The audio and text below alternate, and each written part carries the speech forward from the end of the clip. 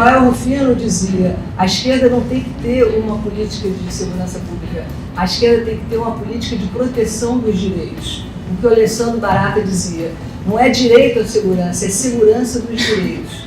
Olá, ouvintes, bem-vindos ao 16º episódio do podcast Segurança dos Direitos, o seu podcast semanal sobre segurança pública, que dessa vez, tal e qual aconteceu na semana passada, não está sendo gravado a partir do aprazível bairro da Glória, mas sim a partir da não menos aprazível cidade de São Paulo, para onde viemos em razão de compromissos profissionais e aí acabamos, enfim, unindo o útil ao agradável, aproveitando a estadia aqui nessa cidade igualmente maravilhosa, para poder conversar com pessoas, né, que, enfim, estão neste momento em São Paulo, mas que apesar disso comungam das mesmas ideias, das mesmas concepções, têm as mesmas referências teóricas que a gente sobre a questão criminal, sobre a questão da segurança pública, direito, processo penal e por aí vai. Quem vos fala é Rafael Borges, advogado criminalista, atual presidente da Comissão de Segurança Pública da OAB Rio e diretor do Instituto Carioca de Criminologia. E o episódio de hoje, pessoal, é também no formato de uma entrevista, e é uma entrevista barra relançamento, digamos assim, de um belíssimo livro chamado Culpabilidade e Vulnerabilidade, proposta para um novo conceito de culpabilidade penal, da querida amiga Bruna Gonçalves da Silva Loureiro. É na frente dela que nós estamos aqui hoje, e ela vai justamente conversar com a gente sobre essa pesquisa que ela fez, recém-transformada em livro, né? Enfim, sobre questões aí relacionadas à pesquisa dela e a todas as reflexões que levaram ela a construir essa belíssima dissertação. Só para lembrar aos ouvintes que nós estamos no Twitter, no perfil @seguedireitos e em praticamente todas as plataformas de áudio, né? No iOS, SoundCloud, YouTube, Spotify. Estamos também no e-mail seguranca2direitos@gmail.com. Todas as mensagens, críticas e sugestões são muito bem-vindas e este podcast adora receber feedbacks da sua audiência qualificadíssima. E eu, para variar, não vou gastar mais nem um minuto do ouvinte com a minha própria isolada voz e vou dar início imediato ao 16º episódio do podcast Segurança dos Direitos, o seu podcast semanal sobre segurança pública, que hoje vem no formato de uma entrevista com Bruna Loureiro, autora do livro Culpabilidade e Vulnerabilidade, recém-lançado pela editora Revan. Voltando, quero então passar a palavra aí para as apresentações, para a Bruna. E aí, Bruna, tudo bem? Tudo bem, Rafael. Quero cumprimentar primeiro os ouvintes, agradecer aí a audiência, cumprimentar você, amigo de longa data. Prazer estar aqui, uma honra, não só pelo projeto, assim, por fazer parte do trabalho que você vem desenvolvendo e eu tô acompanhando e pude ver que é muito bom e acho que necessário no momento que a gente vive. Um momento político, né, difícil que a gente está passando e eu acho que é necessário divulgar esse tipo de pensamento, esse tipo de visão crítica. Então eu admiro o trabalho e é um prazer poder contribuir. E também por rever um amigo de faculdade que eu não via há bastante tempo, que acompanhou a minha formação no direito penal, minha paixão pelo direito penal e é isso, vamos lá, né? Tomara que possa contribuir. Com certeza. Bruna, o livro, de fato, é resultado da sua dissertação de mestrado. Isso, correto? Isso. Eu vim para São Paulo em 2011 para assumir a minha função. Eu passei no concurso da Defensoria, vim assumir e desde então eu moro aqui, faço parte já da cidade, me apaixonei pela cidade e decidi fazer o mestrado aqui. Aí fiz o mestrado na USP e o livro foi o fruto da dissertação.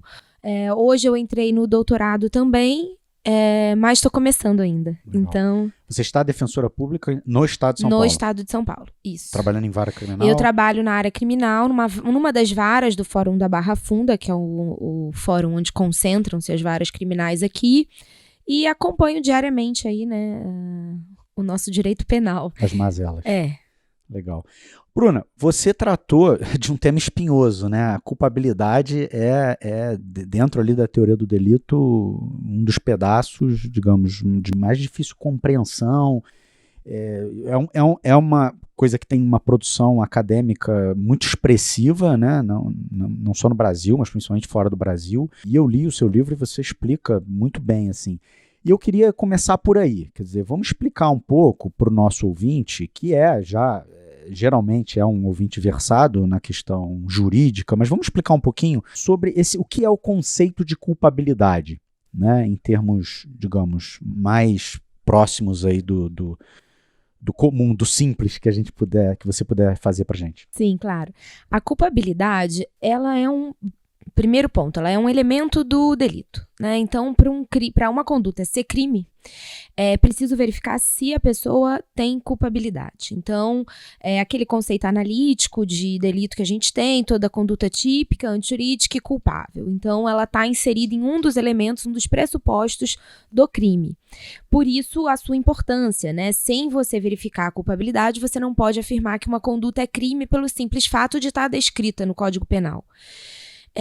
Mas, falando do conteúdo da culpabilidade, ela hoje é vista como um juízo de reprovação, né? É o que se aplica no direito penal, é o que a dogmática brasileira vem aplicando, é esse conceito de culpabilidade como reprovabilidade.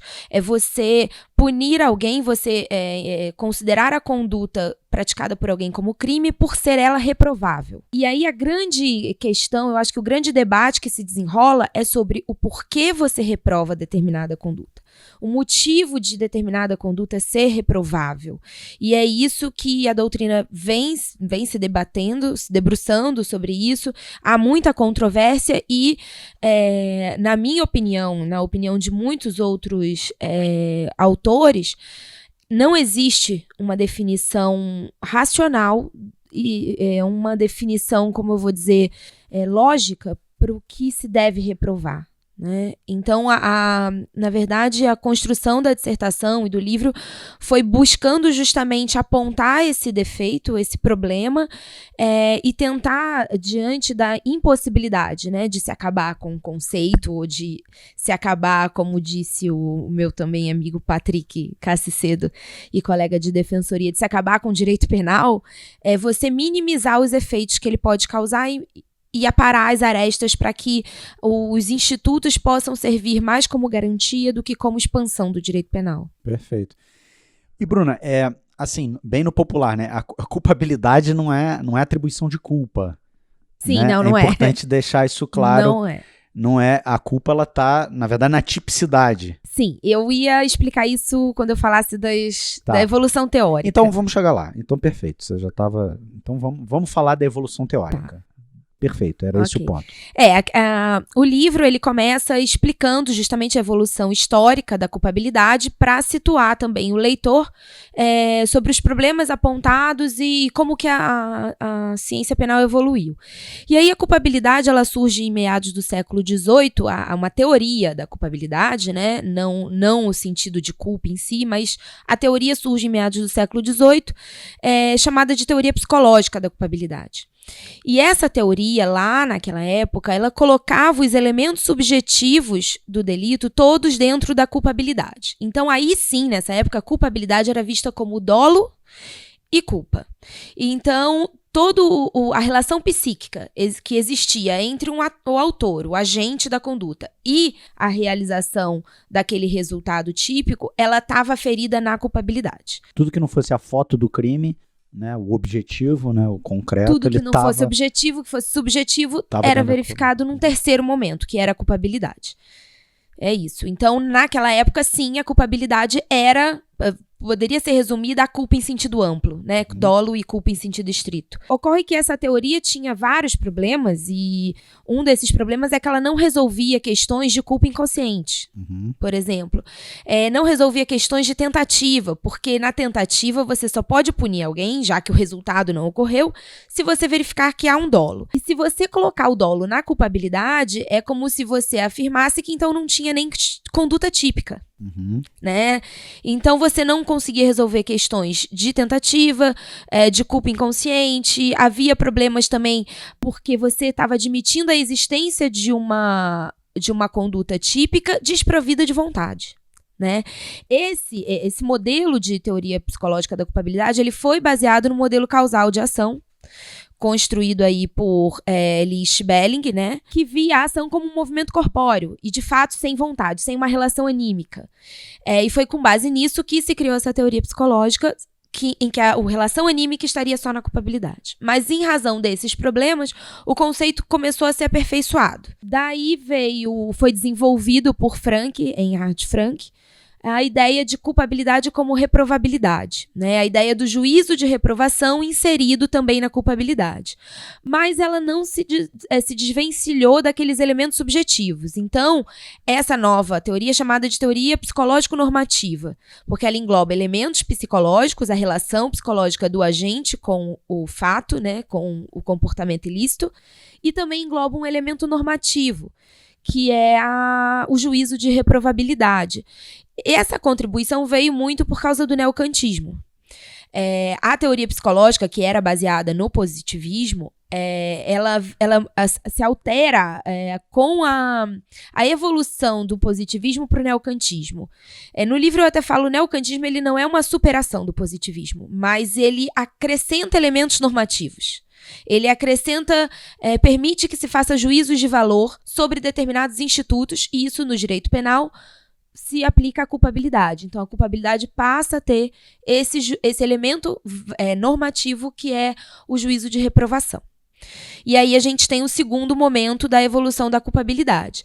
No entanto, pelas mesmas críticas apontadas na teoria anterior, essa teoria também não resolve o problema da culpabilidade e continua separando aí a relação subjetiva do agente da tipicidade, da conduta típica, daquele início da verificação do delito.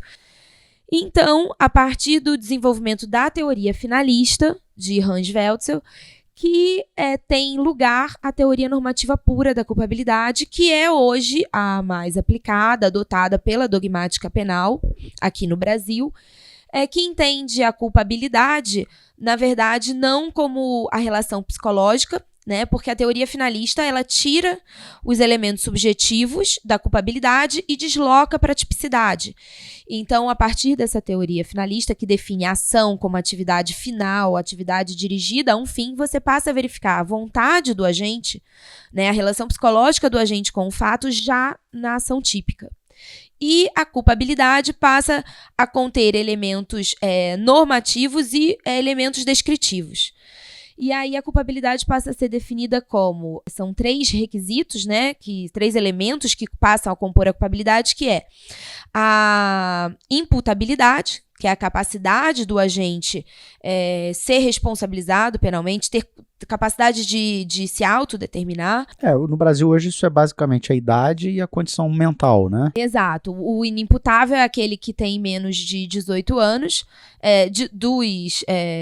enfim, quando é adolescente, dos 12 aos 18 é semi-imputável, e aí aplica-se o ECA, né, o Estatuto da Criança e do Adolescente, que, embora muita gente acredite que seja mais benéfico, muitas vezes não é, sim, né? Sim. A gente vê muito discurso de precisar reduzir a maioridade penal, enfim. Só que isso, na verdade, é uma falácia. Então, a questão da inimputabilidade se verifica pelo critério biológico, a idade, e pelo critério psicológico, né? Que é quando a pessoa apresenta alguma doença mental, desenvolvimento mental. O segundo elemento é a potencial consciência da ilicitude, que se determina quando a pessoa tem condições de conhecer o caráter ilícito, o caráter antijurídico daquele comportamento que ele está praticando. E esse requisito ele é afastado nas hipóteses de erro, quando a pessoa age em erro, que a gente chama de erro de proibição. E o terceiro elemento é a inexigibilidade de conduta adversa, ou seja, a inexigibilidade de uma conduta conforme o direito.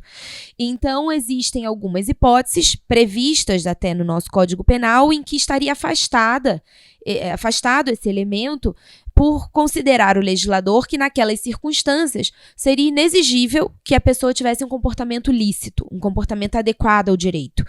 Existem 2 hipóteses na legislação, que é a coação moral irresistível e a obediência hierárquica. Mas muitos autores, inclusive o Juarez Cirino, apontam causas supralegais. Então, seria possível se admitir a exclusão da culpabilidade por uma inexigibilidade de conduta diversa, mesmo quando não prevista expressamente na lei. É justamente um pouco por aí que caminha a sua pesquisa, né? Exato. No sentido do alargamento, vamos dizer assim, Do desse alargamento terceiro desse último elemento. requisito. É Na isso aí. perspectiva de conter poder punitivo, claro. É exatamente isso. Eu desenvolvo a dissertação baseada no trabalho do Zaffaroni, um doutrinador argentino, que ele pautou não só o meu interesse assim pelo tema, mas também todo o trabalho que eu desenvolvi.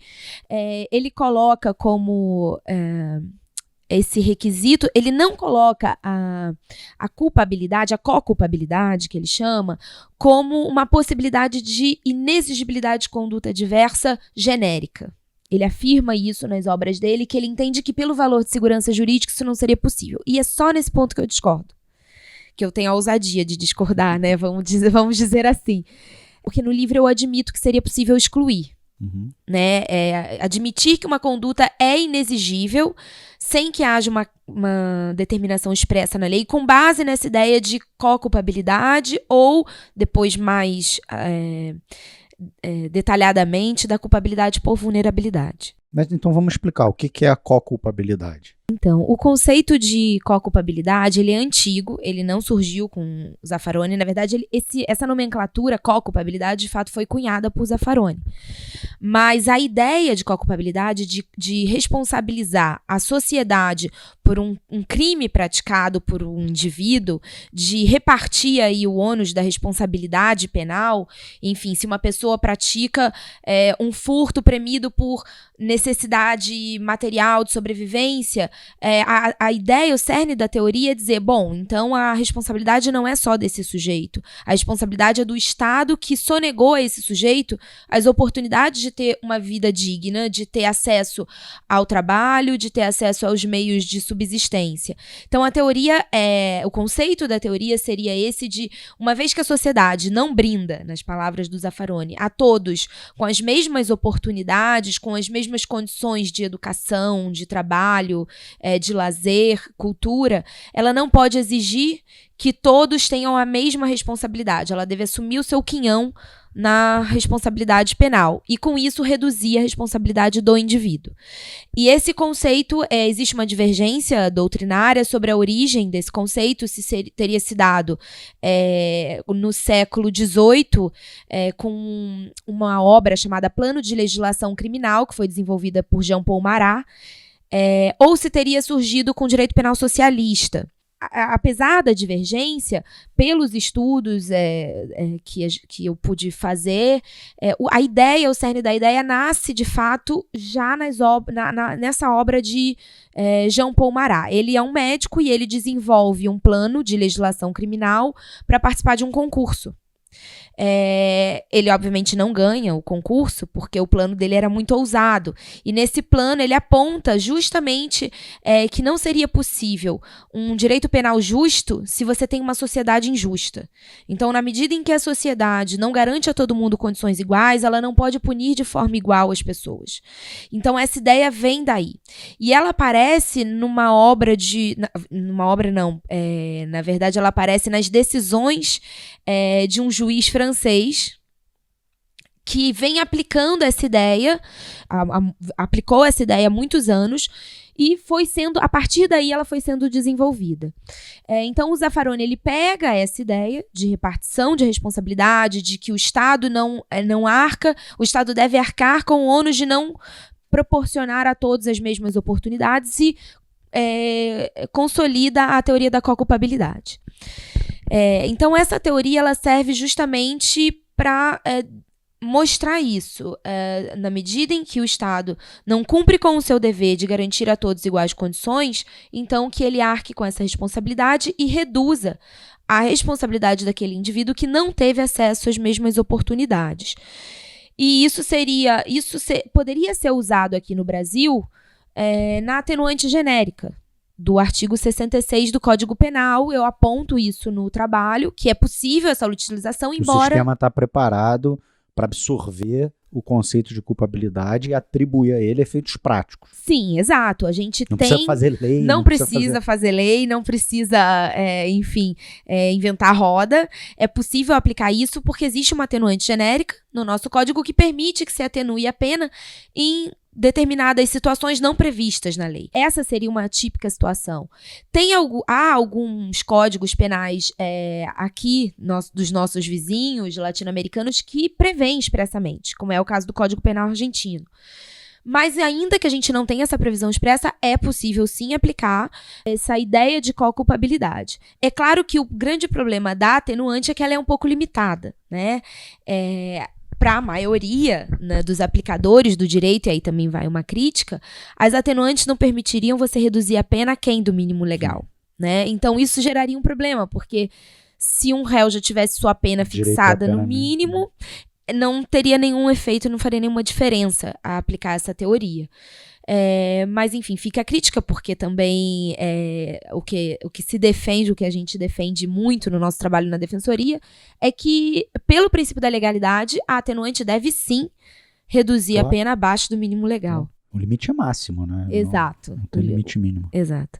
Então, eu acho que essa é uma das possíveis, uma possível aplicabilidade dessa teoria. Agora, esse conceito, ele propõe, na verdade, um juízo de valor, né, para o fenômeno típico antijurídico, com base em um contexto socioeconômico, né? Quer dizer, na verdade, ele propõe uma espécie de um alinhamento da análise jurídico-penal com a realidade social. É um pouco isso. Isso, exato. Justamente no trabalho todo, eu tento relacionar a questão da realidade social brasileira, social e econômico brasileira, com o direito penal. Porque, do meu ponto de vista, pelo que eu vejo diuturnamente, o nosso direito penal ele é completamente cego, alheio ao que a gente vive, à nossa realidade social. Então, esse conceito ele busca inserir problemas sociais, ele busca trabalhar, identificar problemas sociais, as consequências desses problemas sociais na realidade jurídico-penal.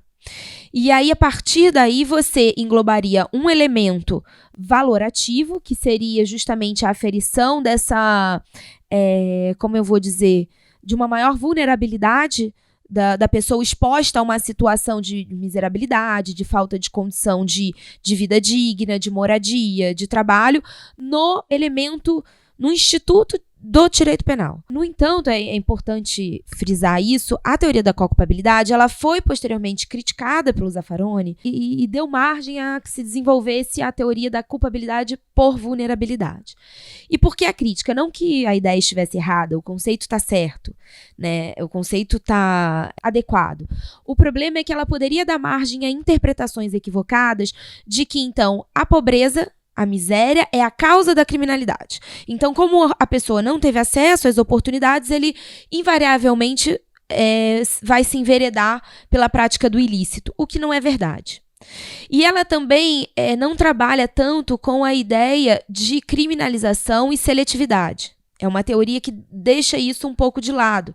Então, por isso que depois, no livro, eu começo a inserir no último capítulo, eu vou inserindo essas ideias de seletividade, de vulnerabilidade e do processo de criminalização, para mostrar que, na verdade, não é que a pobreza é a causa da criminalidade, mas sim, ela é o fator de seletividade, né? Então, ela é um dos critérios de criminalização. É o inverso, né, no caso. Claro. Não, isso é perfeito, essa observação. Quer dizer, a condição de vulnerabilidade, ela é o gatilho, digamos assim, para a aplicação da teoria, ou para a aplicação da atenuante, né? Vamos chamar de atenuante, então, dentro das limitações da legislação brasileira.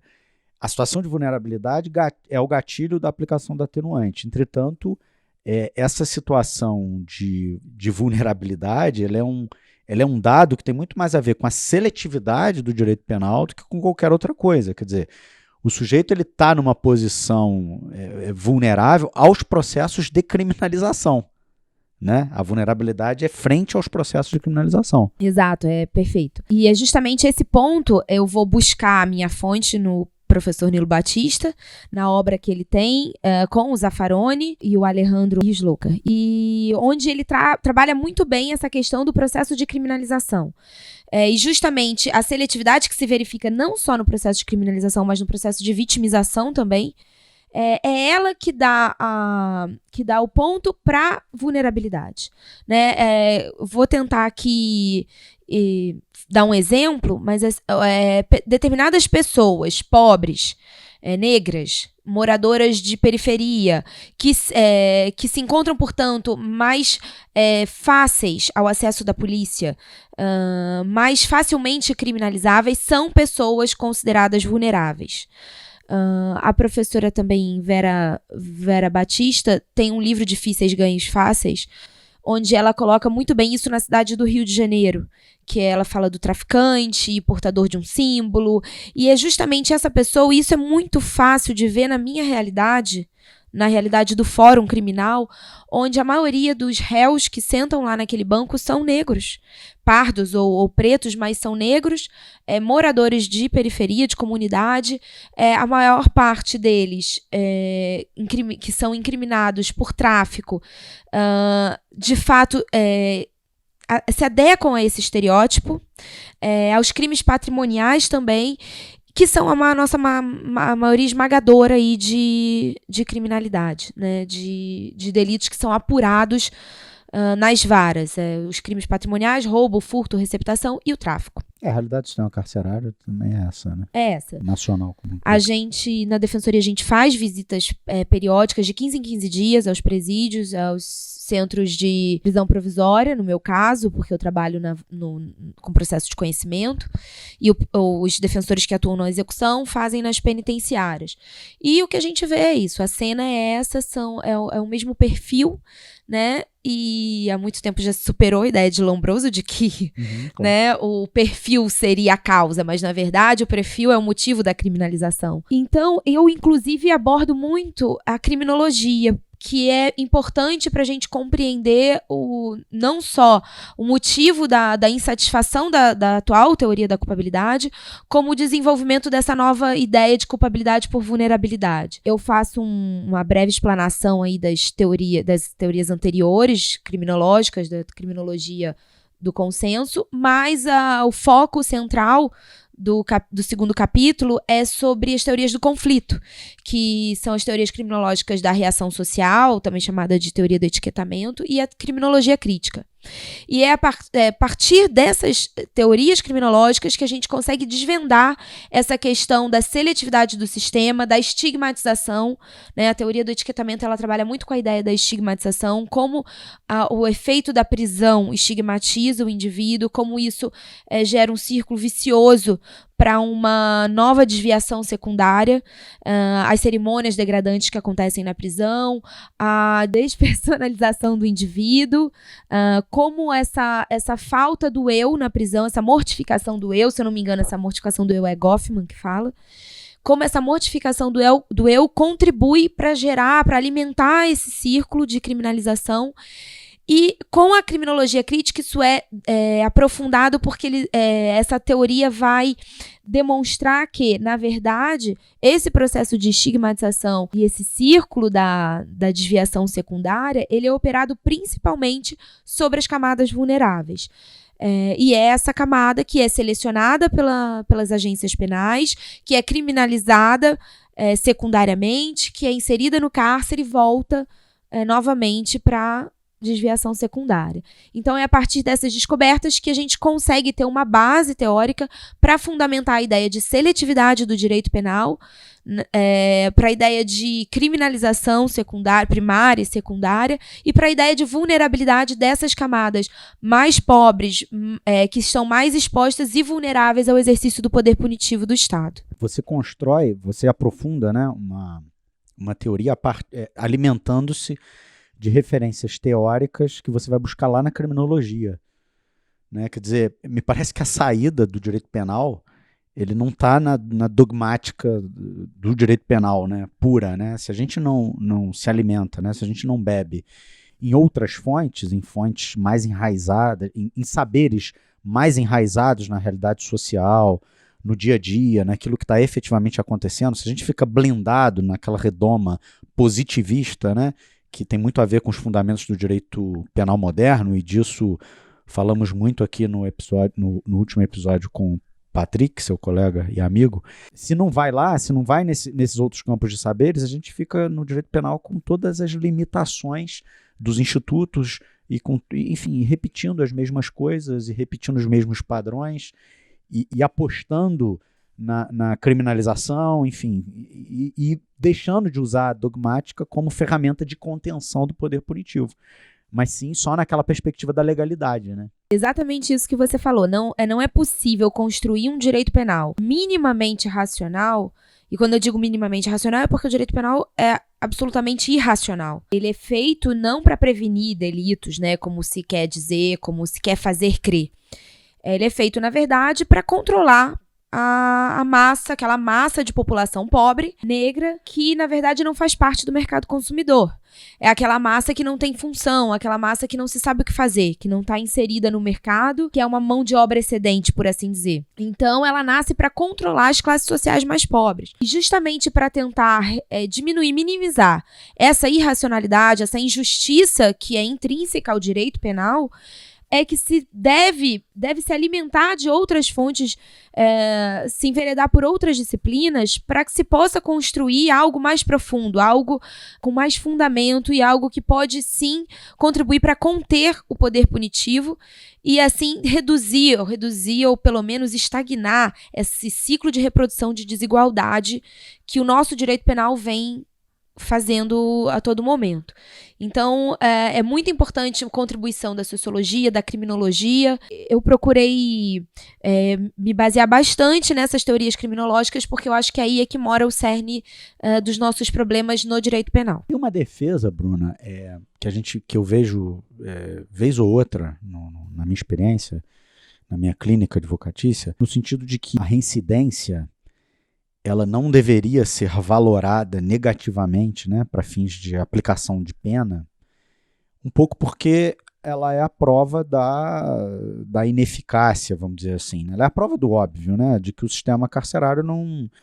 Basta você olhar os índices internacionais de reincidência, que eles giram todos no mundo inteiro por volta dos 70%, quer dizer, nenhum sistema carcerário do mundo, nem dos países nórdicos, esse índice é semelhante lá também. Nenhum sistema carcerário do mundo ele é capaz de ressocializar, de reintegrar o indivíduo para a sociedade, tanto assim que ele volta a delinquir, né, vamos dizer assim. Então eu vejo uma defesa ainda tímida, mas enfim, é bastante presente na minha clínica no sentido de que a reincidência ela não pode ser valorada negativamente para fins de aplicação da pena, porque ela é uma prova de que o Estado não funcionou, de que aquele período que o sujeito passou lá recluso, enfim, ou detido, não operou nenhum efeito positivo, né? Um reconhecimento, uma prova de que isso não aconteceu. Isso tem um pouco a ver com a culpabilidade, né?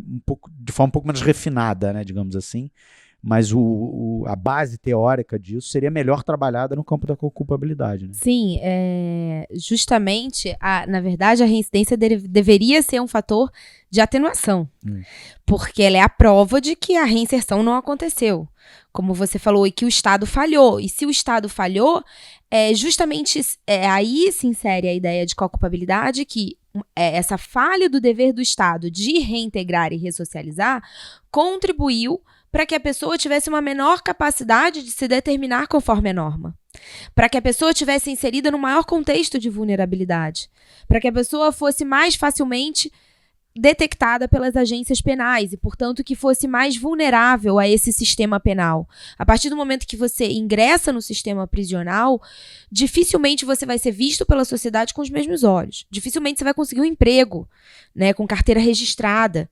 E quando você consegue, é sempre uma profissão menos valorizada, digamos assim. Uma vez a Defensoria, inclusive, tem uma tese de que a reincidência deve ser considerada como atenuante, mas quando você fala isso para os juízes ainda, infelizmente, isso causa um pouco de espanto. Eu me lembro de uma oportunidade em que a gente estava num congresso de defensores e a gente assistiu a uma palestra de um juiz que trabalha na execução. E ele estava falando a favor, o nosso colega Patrick Cacedo, que participou do último podcast, estava presente. E ele falou que ele defendia muito as entidades privadas, né? As APAC, se eu não me engano. Sim. Ele defendia aí as prisões privadas. Aí, em determinado momento, ele virou e falou assim, não, porque eu acompanhei de perto a experiência e os presos saem de lá com curso de formação de padeiro, de pedreiro, de marceneiro. E aí se vira, então, o defensor e fala, bom, mas eu não quero que o réu seja padeiro, marceneiro, eu quero que ele seja médico, eu quero que ele seja advogado, se ele quiser ser advogado ou médico, que ele seja engenheiro. Então, é esse tipo de visão, né? O cárcere, ele coloca um estigma na pessoa, ele impossibilita que ela tenha oportunidades que para ela já seriam difíceis mesmo antes do cárcere. A partir do cárcere se torna praticamente impossível. Então, é justamente essa incapacidade da pessoa de adquirir por meios lícitos, né, aquelas condições de vida a que ela tem direito, que a torna ainda mais suscetível a essa criminalização e que permite, sim, a aplicação da ideia de corresponsabilização do Estado. O que eu acho bacana da tua pesquisa, Bruna, porque a proposta é mesmo de uma inversão completa, né? Você vem um pouco na esteira da teoria, né, do Zaffaroni, do professor Nilo Batista, dos conceitos de criminalização primária e secundária, do crime como um fenômeno político do etiquetamento, e aquilo já é por si só uma grande inversão, né? Quer dizer, você entender que, na verdade, a questão não é a criminalidade, sim o processo de criminalização, né? Isso já é uma inversão bastante radical, eu diria que quase revolucionária. Agora, a ideia de corresponsabilizar o Estado pelo processo de criminalização primária, pelo aprisionamento, pela reincidência, vamos dizer assim, ela é duplamente, vamos dizer assim, revolucionária, né? Ela é duplamente disruptiva, né? Na medida em que ela reconhece o crime como fenômeno político, ela reconhece o fenômeno da seletividade, da estigmatização, e ela propõe pelo menos uma... Aqui não há defesa da tipicidade, né? O crime continua sendo crime. Ele só vai haver um reequilíbrio, né, digamos assim, na punição, né? O sujeito não vai ser punido, não vai ser responsabilizado, tal e qual ele seria se ele tivesse numa condição, digamos, socialmente adequada, né? Vamos colocar assim, de uma forma bastante genérica, né? Sim, é uma inversão da lógica. E essa inversão ela é proposta pela criminologia crítica. A ideia não é você perguntar por que a pessoa praticou o crime, mas sim por que a pessoa está sendo criminalizada, por que uma conduta está sendo criminalizada, por que uma determinada lei foi feita criminalizando um comportamento. Por que criminalizar o tráfico? Por que criminalizar o uso ou a venda da droga? Né? Então a pergunta não é por que o fulano praticou o crime, mas sim por que ele foi criminalizado, preso, detectado pela polícia, levado a um julgamento. E a criminologia crítica ela esclarece isso de forma muito nítida, que é como as agências penais não têm condições de realizar todo o projeto, todo o programa criminal que a gente tem, né, de punir todo mundo que pratica um crime previsto em lei, elas devem optar entre não fazer nada, né, que é o que o professor Nilo chama de optar pela inatividade ou pela seletividade. É lógico que se optassem pela inatividade não teria sentido em existir. Então opta-se pela seletividade. Já que não é possível punir todos os crimes, vamos selecionar aquelas condutas que serão então criminalizadas. E aí a grande questão é, quais serão selecionadas?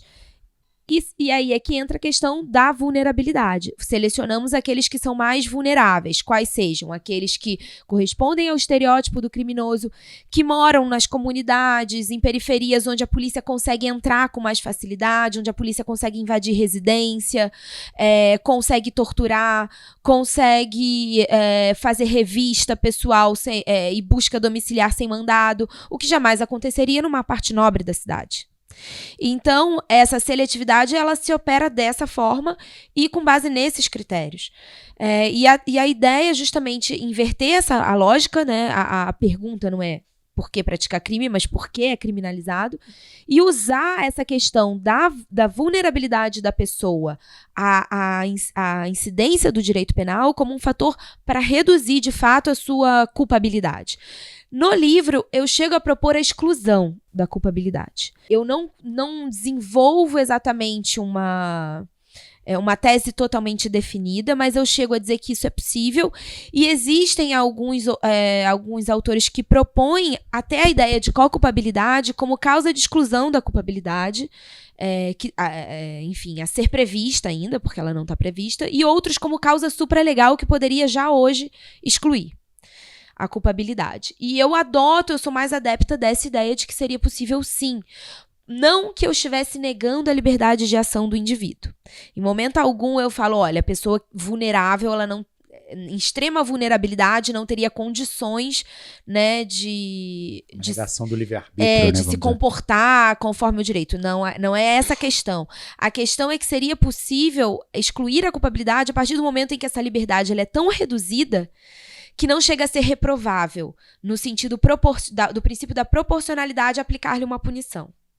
Então, eu chego a perpassar por essa possibilidade. A proporcionalidade tem servido a tantas finalidades, né, no direito brasileiro. Coisas nefastas, né? Poderia servir a essa também. Que não é nem um pouco nefasto, é muito nobre. Bruna, você trabalha com um conceito, na verdade não é um conceito, na verdade é um momento ali que você explica um pouco os limites, né, da co-culpabilidade, quando você fala do grau de esforço realizado pelo agente para alcançar a situação de vulnerabilidade. Né? Explica um pouco isso, é quando o sujeito se coloca, né, quando ele se esforça para estar naquela situação de vulnerabilidade. Você defende que aí não dá para aplicar com a culpabilidade de forma tão explícita, é isso? A teoria da culpabilidade por vulnerabilidade, que é do Zaffaroni, não é minha, eu apenas adapto essa teoria e trabalho com essa teoria para inserir novas ideias.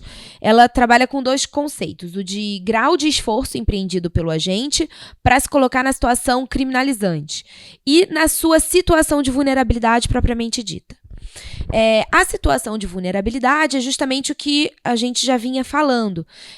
A situação em que o agente se encontra, seja por se adequar ao estereótipo, seja por não ter acesso às classes políticas que poderiam lhe dar cobertura, seja por fazer parte desse grupo, esse grupo menos favorecido, que é mais suscetível à incidência do poder de polícia, do poder punitivo. Então, essa é a situação de vulnerabilidade. Esse é um conceito.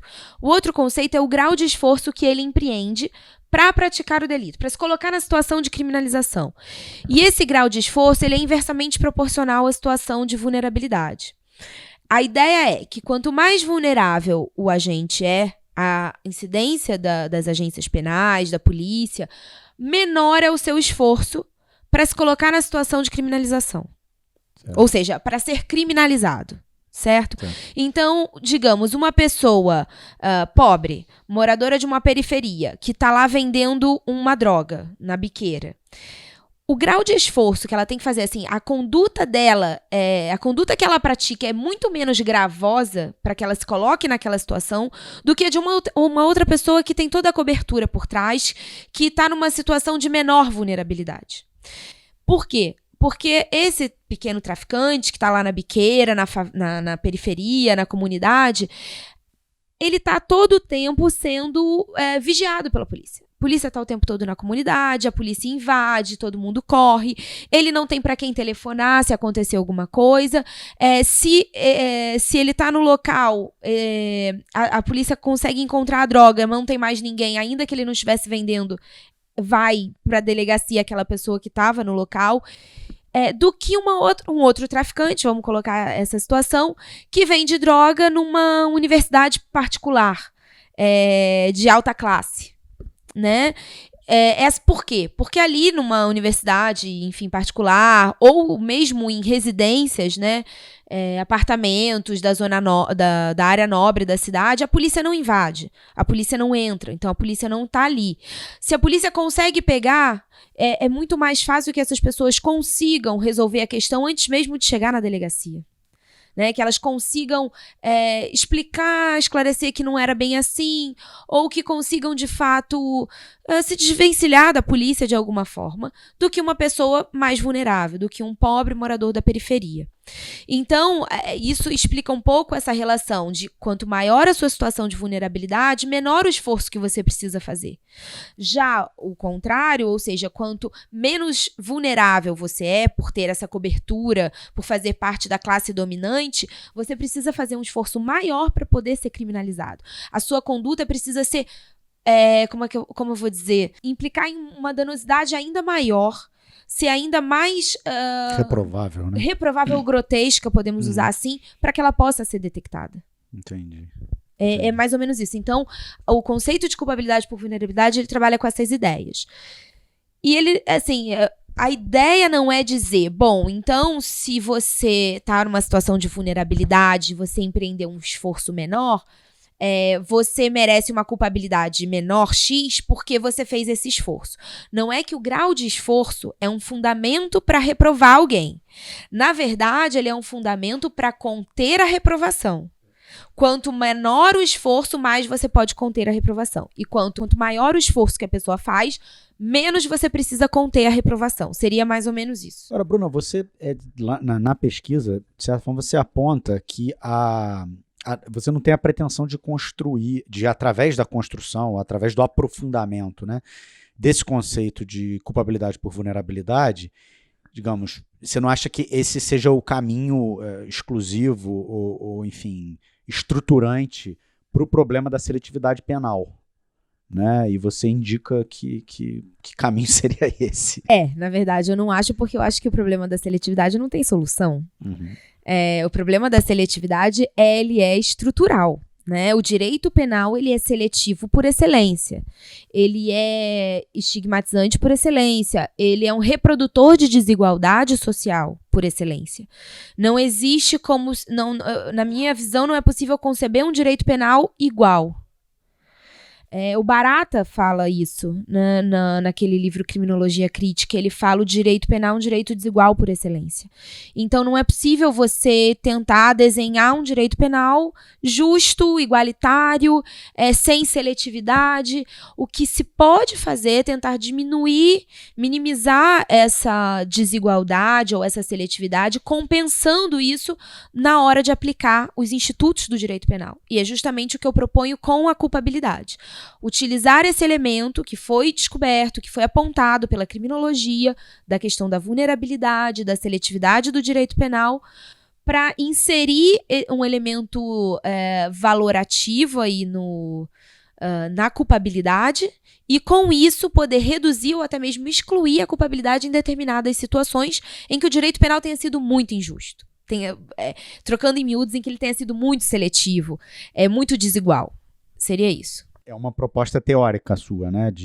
Você diz que o sistema está, digamos, preparado para considerar a culpabilidade ou culpabilidade por vulnerabilidade como uma atenuante, mas num cenário, digamos, mais justo, né, do ponto de vista da teoria e das funções do direito penal, de contenção do poder punitivo, ele também poderia ser usado como excludente da culpabilidade, e aí excluiria o próprio crime, né? Porque dentro do conceito analítico, né, se você não tem a culpabilidade, você...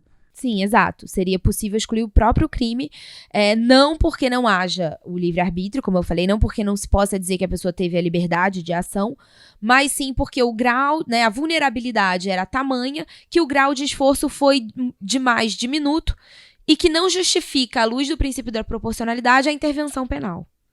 Então, seria essa a proposta. Isso seria possível como uma causa supralegal de exclusão de culpabilidade, a partir da inexigibilidade de conduta diversa.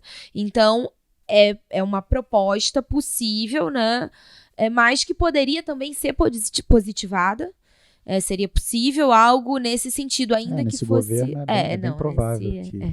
Eu acho que talvez algumas gerações ainda. Culpabilidade e vulnerabilidade. Legal, Bruna. Poxa, muito feliz, tá? Muito satisfeito pela sua presença hoje, por você ter despendido aí o seu tempo para estar discutindo comigo e com a nossa audiência qualificada. Enfim, o passo a passo, né, o caminho árduo, com certeza foi árduo, para a sua pesquisa, quer dizer, os seus apontamentos, acho que contribui muito, é muito satisfatório a gente ver essas pesquisas, esses trabalhos acadêmicos que romperam a barreira da dogmática e que entendem a dogmática como instrumento de contenção e que, para conter, a gente tem que se referenciar em outros saberes, em outras ciências, em outras produções que estão para muito além do direito penal, né? Acho que e o teu trabalho é isso, ele trabalha, é um conceito de culpabilidade, um conceito frio, né? De, enfim, germânico, uma coisa tão, né, estruturante da teoria do delito, você, enfim, brinca com ele, brinca no bom sentido, né? Mas, enfim, traz referências de outras ciências, de outros saberes e diz que existe ali espaço para contenção. Na culpabilidade existe espaço para contenção do poder punitivo, né? É perfeito o que você disse. O grande problema da culpabilidade de vários institutos é um conceito germânico, totalmente descolado da realidade brasileira. Então, é necessário, eu acho que é urgente, na verdade, que a gente reavalie não só a culpabilidade, mas diversos outros institutos do direito penal, para que eles possam, sim, servir de instrumento de contenção e de redução dessa desigualdade que o direito penal gera e reproduz a cada momento que um réu pobre, negro, senta ali na cadeira, se vê processado, se vê julgado e repetindo a história dele, entra na prisão, sai do cárcere e volta a reincidir. Então, em algum momento isso precisa ser, ainda que não obstado, ainda que não seja possível agora, pensar num projeto de abolição do direito penal, que no mundo ideal seria o certo, e que eu acho que é um fim a que se almeja, mas enquanto esse fim não chega, não é possível, é necessário pelo menos que a gente exerça um trabalho de contenção, de limitação desse direito penal, do poder punitivo, para que ele possa ser menos injusto e menos irracional. Obrigada. Eu que agradeço muito, muito, muito mesmo, Bruna, por você ter vindo.